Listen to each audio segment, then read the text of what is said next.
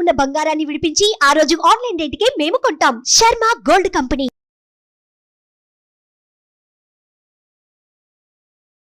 నమస్తే, welcome to Suman TV. నేను మీ యామ్ని. ప్రస్తుతం మనతో ఉన్నారు ప్రముఖ ఆధ్యాత్మికవేత్త, ప్రముఖ జ్యోతిష వాస్తు పండితులు మనతో సూర్యనారాయణ శర్మ గారు ఉన్నారు. గురుగారితో మనం మాట్లాడదాం. నమస్కారం గురుగారు.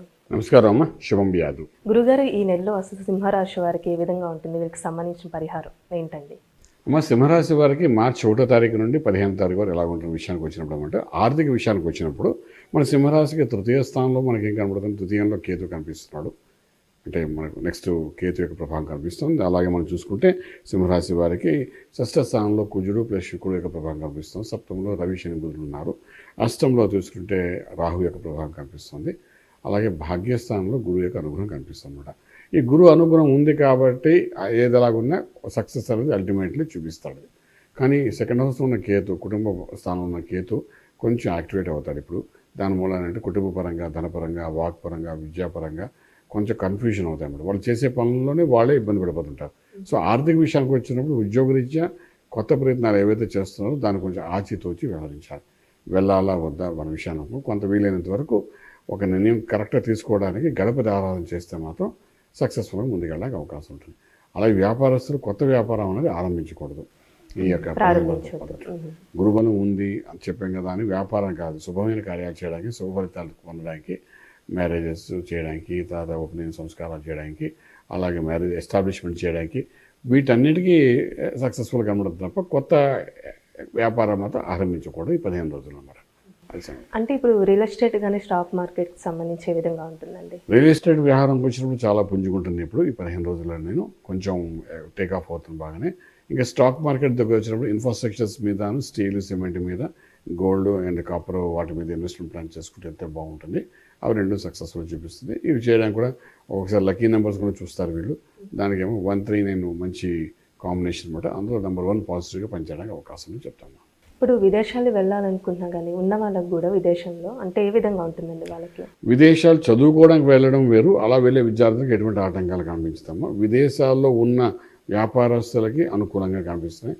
కానీ విదేశాల్లో ఉండి ఉద్యోగం చేస్తున్న వాళ్ళకి మాత్రం కొంచెం ఇబ్బందికరమైన 15 రోజుల్లోనే ఇంక్రిమెంట్స్, ప్రమోషన్స్ ఏమి రావు.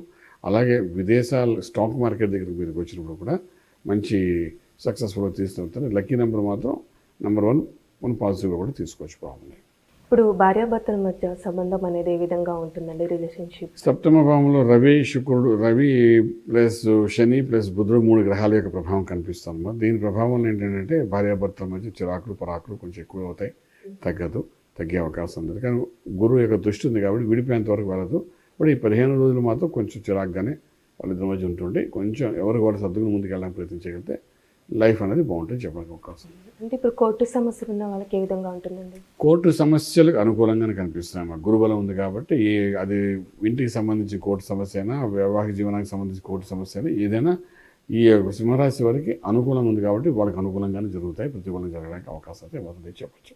అంటే వీళ్ళకి ఆరోగ్య సమస్యలు ఏమైనా ఉన్నాయండి? ఆరోగ్య సమస్యలకు వచ్చినప్పుడు 6వ స్థానంలో మనం తీసినప్పుడు కుజుడు ప్లస్ శుక్రుడు యొక్క ప్రభావం ఉంది కాబట్టి డెఫినెట్గా అది ఎముకకి సంబంధించిన కొన్ని దోషాలు ఉన్నాయి. అవి ఇప్పుడు బయటపడతాయి. దానికి రక్షణ చేసుకోవాల్సి వస్తుంది. అలాగే మనకి ఇక్కడ అష్టంలోని రాహు యొక్క ప్రభావం కూడా కనిపిస్తుంది.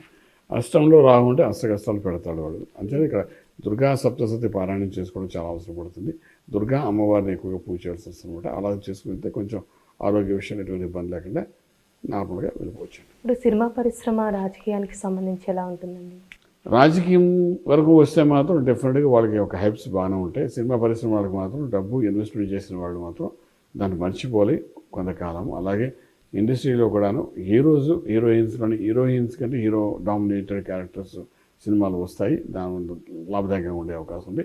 అటువంటి వాటి మీద ప్రొడ్యూసర్ కానీ ఇన్వెస్ట్మెంట్ కానీ చేయగలిగితే మాత్రం మోస్ట్ సక్సెస్ఫుల్గా ముందుకెళ్ళడానికి అవకాశం ఉంది చెప్తాను. అంటే ఇప్పుడు ఒక ఇల్లు కొనుక్కోవాలనుకున్న ల్యాండ్కి సంబంధించి రిజిస్ట్రేషన్ అంటే ఏ విధంగా ఉంటుందండి వీళ్ళకి?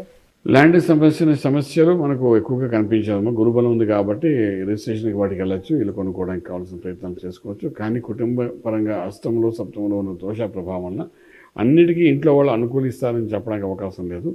సో ఇంట్లోనే ప్రతికూలం జరిగి దానివల్ల మా అనుకూల పని జరగకుండా ఇబ్బంది పెట్టే పరిస్థితి ఏర్పడుతుంది.